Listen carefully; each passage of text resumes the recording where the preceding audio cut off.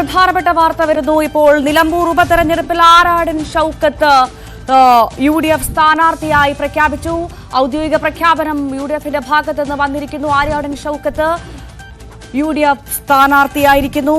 നേരത്തെ തന്നെ ഹൈക്കമാൻഡിന് KPCC പേര് നൽകിയിരുന്നു. കിരൺ ബാബു ചേരുന്നു വിവരങ്ങളുമായി. കിരൺ, അങ്ങനെ പ്രഖ്യാപനം, ഔദ്യോഗിക പ്രഖ്യാപനം വന്നിരിക്കുന്നു UDFന്റെ ഭാഗത്ത് നിന്ന്. നിലമ്പൂരിൽ ഷൗക്കത്ത് തന്നെ അല്ലേ? അതെ, ഔദ്യോഗികമായ പ്രഖ്യാപനം വന്നിരിക്കുന്നു. ഹൈക്കമാൻഡ് പ്രഖ്യാപനം. കോൺഗ്രസ് പ്രസിഡന്റിന് വേണ്ടി ജനറൽ സെക്രട്ടറി KC വേണുഗോപാലാണ് പ്രഖ്യാപനം നടത്തിയിരിക്കുന്നത്. നിലമ്പൂരിൽ ആര്യാടൻ ഷൗക്കത്ത് കോൺഗ്രസിന്റെ സ്ഥാനാർത്ഥിയാവുന്നു. UDF സ്ഥാനാർത്ഥിയായി ആര്യാടൻ ഷൗക്കത്തിന്റെ പേര് പ്രഖ്യാപിച്ചിരിക്കുന്നു. ഇത് ഔദ്യോഗികമായ പ്രഖ്യാപനം വരുന്നതിന് മുമ്പ് തന്നെ നേരത്തെ തന്നെ വാർത്തകളെല്ലാം പുറത്തു വന്നിരുന്നു. കേരളത്തിൽ നിന്ന് ഒരു പേര് മാത്രമാണ് വിട്ടത്, ഹൈക്കമാൻഡ് പരിഗണനയ്ക്ക് വേണ്ടി വിട്ടത്. അത് ആര്യാടൻ ഷൗക്കത്തിന്റെ പേരായിരുന്നു. ദീർഘമായ ആലോചനയ്ക്ക് ശേഷമാണ് ആര്യാടൻ ഷൗക്കത്തിലേക്ക് എത്തിയത്. നേരത്തെ തന്നെ ആര്യാടൻ ഷൗക്കത്തിന്റെ പേരിനായിരുന്നു പ്രാമുഖ്യം നൽകിയിരുന്നതും. ആര്യാടൻ ഷൗക്കത്തിനെ മത്സരിപ്പിക്കാനുള്ള ധാരണയിലും ഒക്കെ എത്തിയിരുന്നതാണ്.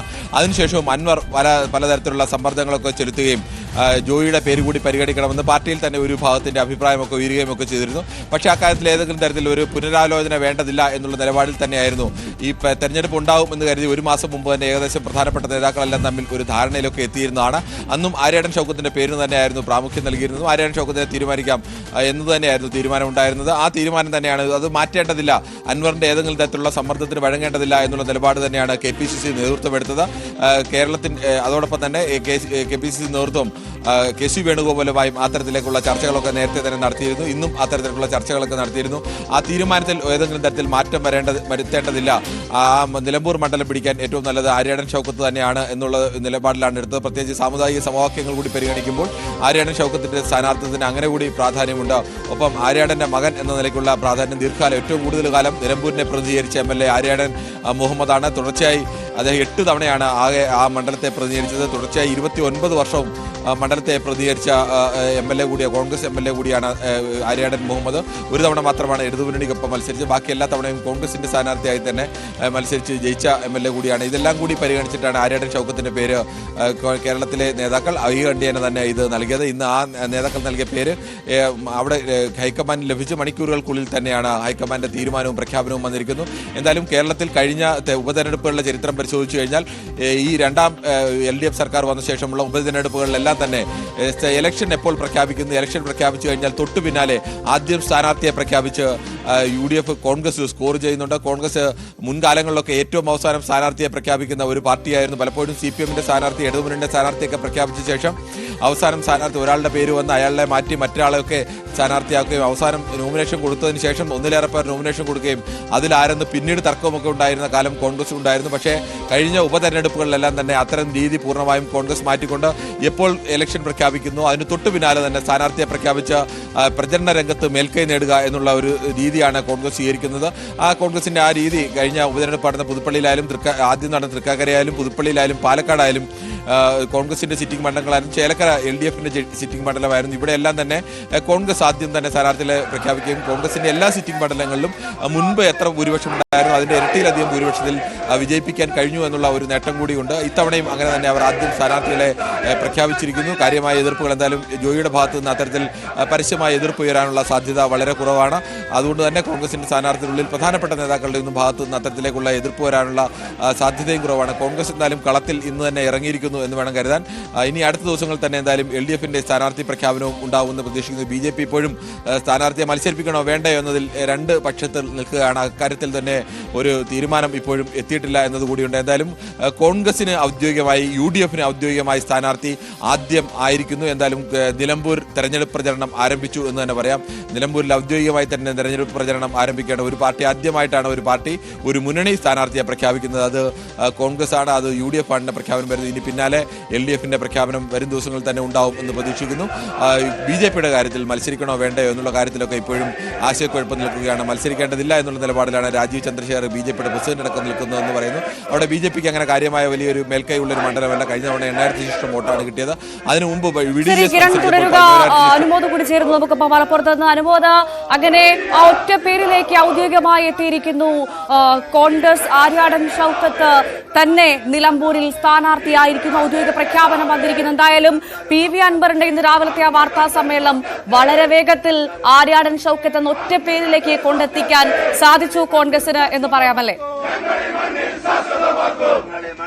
ശാശ്വതമാക്കൂ. അണക്കെട്ട്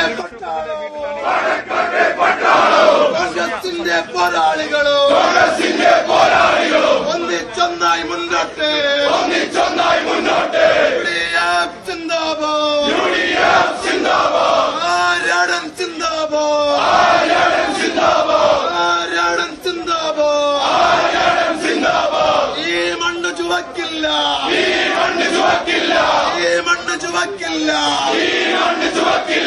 DFിന്റെ മുവർണ്ണക്കൊടി. DFിന്റെ ഹരിത പതാക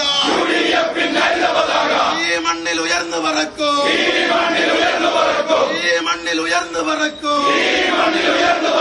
ഐക്യമുന്നണിയുടെ ഒരുക്കുകോട്ട.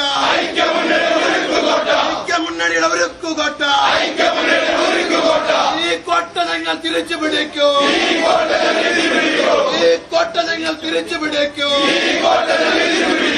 UDF സിന്ദാബാദ്. ആര്യാടാ നേതാവേ.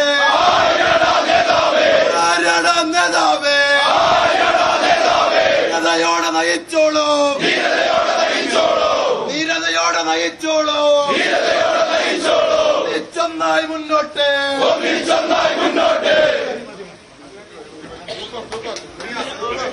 നിലമ്പൂരിൽ ഔദ്യോഗിക പ്രഖ്യാപനം ഉണ്ടായിരിക്കുന്നു. ആര്യാടൻ ഷൗക്കത്ത് തന്നെ കോൺഗ്രസിനെ നയിക്കും നിലമ്പൂരിൽ എന്നുള്ള വിവരമാണിപ്പോൾ പുറത്തുവരുന്നത്. കിരൺ ബാബു ചേർന്ന് വിവരങ്ങളുമായി. കിരൺ, അങ്ങനെ കോൺഗ്രസ് ക്യാമ്പ് ആവേശത്തിലേക്ക് യെസ് കിരൺ, പറഞ്ഞോളൂ. അതെ, കോൺഗ്രസ് കഴിഞ്ഞ ഉപതെരഞ്ഞെടുപ്പുകളിലെല്ലാം തന്നെ ഈ സർക്കാർ ശേഷം വന്ന നടന്ന ഉപതെരഞ്ഞെടുപ്പ് ഇത് 5ാമത്തെ ഉപതെരഞ്ഞെടുപ്പാണ്. ഈ 5 ഉപതെരഞ്ഞെടുപ്പിലും കോൺഗ്രസ് അതിൻ്റെ മുൻകാലത്തെ എല്ലാ പതിവുകളും തെറ്റിച്ചുകൊണ്ട് കോൺഗ്രസിൽ നിന്ന് സാധാരണഗതിയിൽ അതിൻ്റെ ചരിത്രമൊക്കെ പരിശോധിച്ചാൽ ഒരിക്കലും പ്രതീക്ഷിക്കാത്തതാണ് ഈ അവസാന നിമിഷം സ്ഥാനാർത്ഥികളെ പ്രഖ്യാപിക്കുക, ഒരുപാട് തർക്കങ്ങളിലേക്ക് പോവുക, പല പേരുകളിലേക്ക് മറയുക എന്നൊക്കെയുള്ള പ്രഖ്യാപിച്ച സ്ഥാനാർത്ഥികളെ പിൻവലിച്ച് മറ്റ് സ്ഥാനാർത്ഥികളെ, പ്രചരണം തുടങ്ങിയ സ്ഥാനാർത്ഥികളെ പിൻവലിച്ച് മറ്റ് സ്ഥാനാർത്ഥികളൊക്കെ മത്സരിപ്പിച്ച ചരിത്രം പോലുമുള്ള കോൺഗ്രസ്സാണ്. പക്ഷേ കഴിഞ്ഞ 5 വർഷവും കോൺഗ്രസിന് ഉപതെരഞ്ഞെടുപ്പുകൾ പ്രഖ്യാപിച്ച എല്ലാ ഘട്ടത്തിലും ഇപ്പോൾ 5ാമത്തെ ഉപതെരഞ്ഞെടുപ്പാണ്. ഈ 5 ഉപതെരഞ്ഞെടുപ്പിലും എപ്പോൾ ഉപതെരഞ്ഞെടുപ്പ് പ്രഖ്യാപനം വന്നോ അതിന് 24 മണിക്കൂറിനുള്ളിൽ അല്ലെങ്കിൽ ഒരു ദിവസത്തിനുള്ളിൽ തന്നെ സ്ഥാനാർത്ഥികളെ പ്രഖ്യാപിക്കുന്ന ഒരവസ്ഥയിലേക്ക് വന്നു. ഇതിനിടയിൽ PV അൻവർ അതിശക്തമായ രീതിയിലേക്ക് കോൺഗ്രസുമായി ഇടഞ്ഞു നിൽക്കുകയാണ്. PV അൻവറിന്റെ സ്ഥാനാർത്ഥിത്വം പ്രഖ്യാപിക്കും എന്ന തരത്തിലൊക്കെ അദ്ദേഹത്തിന്റെ ചില സിൽബന്ധികൾ വാർത്തകൾ പ്രചരിപ്പിച്ചിരുന്നു. പക്ഷേ ആ കാര്യത്തിൽ ഏതെങ്കിലും തരത്തിൽ പ്രതികരിക്കാൻ അൻവർ തയ്യാറല്ല. നോക്കട്ടെ എന്നുള്ള ഒരു മറുപടിയാണ് PV അൻവർ നൽകുന്നത്. അൻവറിനെ സംബന്ധിച്ച് അൻവറിന്റെ സ്ഥാനാർത്ഥിത്വം വരും. അൻവർ സ്വതന്ത്രമായി മത്സരിക്കുക. അൻവർ ജോയിയെ മത്സരിപ്പിച്ചില്ലെങ്കിൽ ആര്യാടൻ ഷൗക്കത്തും അൻവറും തമ്മിലുള്ള ശത്രുത അല്ലെങ്കിൽ അവർ തമ്മിലുള്ള വ്യക്തിപരമായ വിരോധം നേരത്തെ തന്നെ പ്രസിദ്ധമാണ്. ആ കാരണം കൊണ്ട് തന്നെ അൻവറിന്റെ പ്രധാനപ്പെട്ട ഒരു ഡിമാൻഡ് തന്നെ